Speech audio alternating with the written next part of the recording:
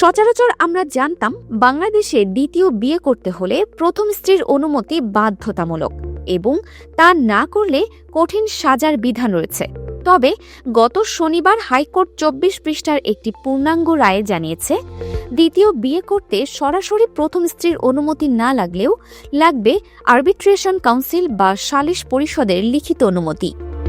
এখন প্রশ্ন হতে পারে, এই আরবিট্রেশন কাউন্সিল আসলে কি?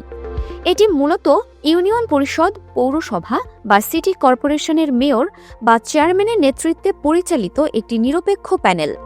দ্বিতীয় বিয়ের জন্য আবেদনকারীকে নির্ধারিত ফি সহ চেয়ারম্যানের কাছে আবেদন করতে হয়, যেখানে বর্তমান স্ত্রীর সম্মতি নেওয়া হয়েছে কিনা তা উল্লেখ করতে হবে।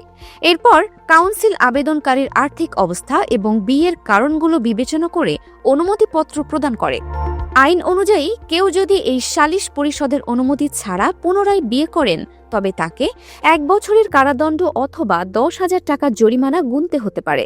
উল্লেখ্য যে ১৮৬০ সালের দণ্ডবিধি অনুযায়ী আগে এই সাজা ছিল ৭ বছরের কারাদণ্ড, যা ১৯৬১ সালের মুসলিম পারিবারিক আইনের মাধ্যমে পরিবর্তিত হয়। তবে অনেকেই মনে করছেন এই সুযোগের অপব্যবহার হলে সমাজে পারিবারিক অস্থিরতা এবং অসাম্য বাড়তে পারে। আইনের এই পরিবর্তনকে আপনি কিভাবে দেখছেন? এটি কি পারিবারিক শৃঙ্খলা রক্ষা করবে নাকি অপব্যবহারের সুযোগ তৈরি করবে? Dinajpur TV multimedia desk.